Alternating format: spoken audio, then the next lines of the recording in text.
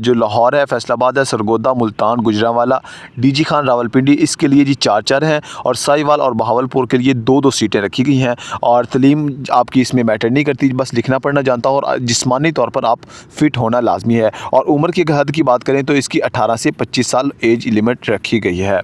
आखिरी नंबर पर जी बावर्ची की सीटें हैं। लाहौर, फैसलाबाद, सरगोदा और मुल्तान को एक एक इसकी सीट दी गई है और गुजरांवाला और डीजी खान, रावलपिंडी को 2-2 सीटें और साहिवाल, बहावलपुर को 1 सीट दी गई है। इसके लिए आपका जो टेवटा से आपने जो कोर्स होता है, जो कि बावर्ची का स्पेशल कुकिंग कोर्स होता है, वो आपने किया लाजमी होना चाहिए, आपके पास होना चाहिए। और इसके अलावा आपका अगर किसी भी रेस्टोरेंट का तजर्बा है तो वो इसमें आपका काम आ जाएगा। और उम्र की हद की बात करें तो आपका 25 से 40 साल आपकी एज लिमिट रखी है और ये भी नैब कासत और बावर्ची की सिर्फ मर्द हजरात इसमें अप्लाई कर सकते हैं। इसलिए जी मालिक की 1 सीट है, ये लाहौर के लिए सिर्फ है, ओपन मेरिट है इसका, आप कहीं से भी अप्लाई कर सकते हैं, ठीक है।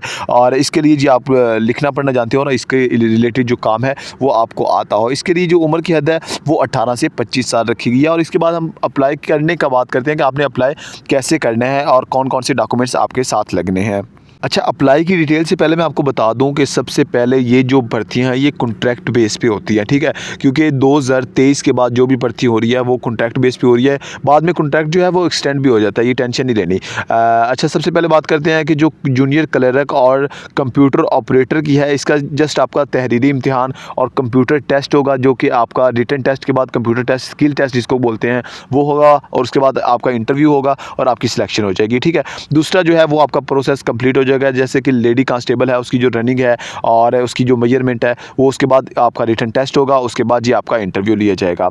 और एक बात मैं आपको बता दूं कि लाहौर, फैसलाबाद, साहिवाल के जो जितने भी अजला हैं, इनका जो रिटन टेस्ट और इंटरव्यू के लिए सिर्फ लाहौर में आपका इंटरव्यू होगा और गुजरांवाला, गुजरात, सरगोदा के अजला जितने भी हैं इसका जो इंटरव्यू है वो गुजरांवाला में होगा। इसके बाद जी आपका जो है वो बहावलपुर और कलान डिवीज़न जो है, इसके अलावा जितने भी डिवीज़न आपके इस इलाके के हैं वो मुल्तान में आपका होगा और रावलपिंडी के अजला जितने भी हैं वो रावलपिंडी में उसका जो इंटरव्यू है वो होगा, ठीक है।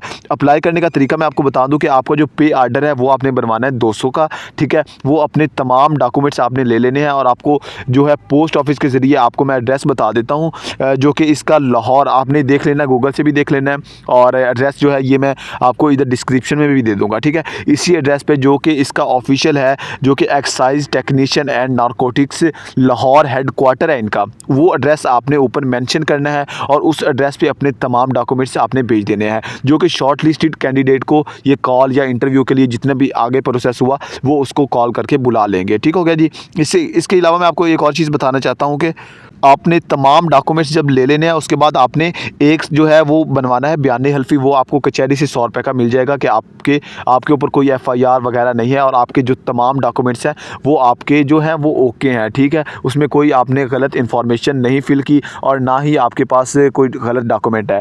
और मैं आपको नीचे फॉर्म भी दिखा देता हूँ कि जो आपको स्क्रीन पे नज़र आ रहा है, इसका जो ऑफिशियल फॉर्म है ये है और ये आपको गूगल पे आसानी से मिल जाएगा या आप किसी भी नेट कैफ़े से जाके पता कर सकते हैं, ठीक है। ये दरख्वास्त फॉर्म है और इस पर अपना नाम, पता, जितने भी चीज़ें इन्होंने, राब्ता नंबर या जो भी आपका मौजूदा पता है वो लिख कर, उसके बाद जो आपके डॉक्यूमेंट्स हैं वो आपने तलीमी असनाद जो हैं, कौमी शनाख्ती कार्ड है, डोमिसाइल है और आप अगर पहले से मुलाजिम है तो हाज़िर सर्विस का जो कि आपके पास एक्सपीरियंस वगैरह है वो आपने अटैच कर देना है। उसके बाद आपने ये नीचे सिग्नेचर करने हैं कि बयान हल्फी जो है वो आपने बिल्कुल एक्यूरेट जो है वो दिया है। बाकी कोई भी चीज़ समझ ना लगे तो आप पूछ सकते हैं कमेंट में। थैंक्स फॉर वॉचिंग, अल्लाह हाफिज़।